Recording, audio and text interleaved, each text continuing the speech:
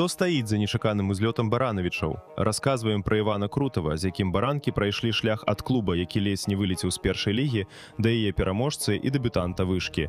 Крутаў прыйшоў у футбол у 2009-м, працуючы ў баранаўскай футбольнай школе.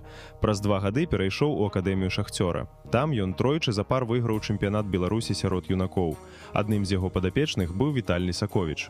У Шахцёры Крутаў упершыню пачаў працаваць і з Раманам Кірэнкіным, цяперашнім галоўным трэнерам баранавічаў. У 2017-м Крутаў сам узначаліў баранавічы, якія тады мелі сур'ёзныя праблемы з фінансамі і інфраструктурай. Ён адкрыта крытыкаваў мясцовых чыноўнікаў, а разам з дырэктарам клуба дапамагаў футбалістам з жыллём і харчаваннем. У 2022-м Крутаў вярнуўся ўжо дырэктарам, пачаў будаваць каманду з нуля, а ў 2024-м прызначыў галоўным трэнерам Кірэнкіна. Праз год баранавічы упершыню выйшлі ў вышку.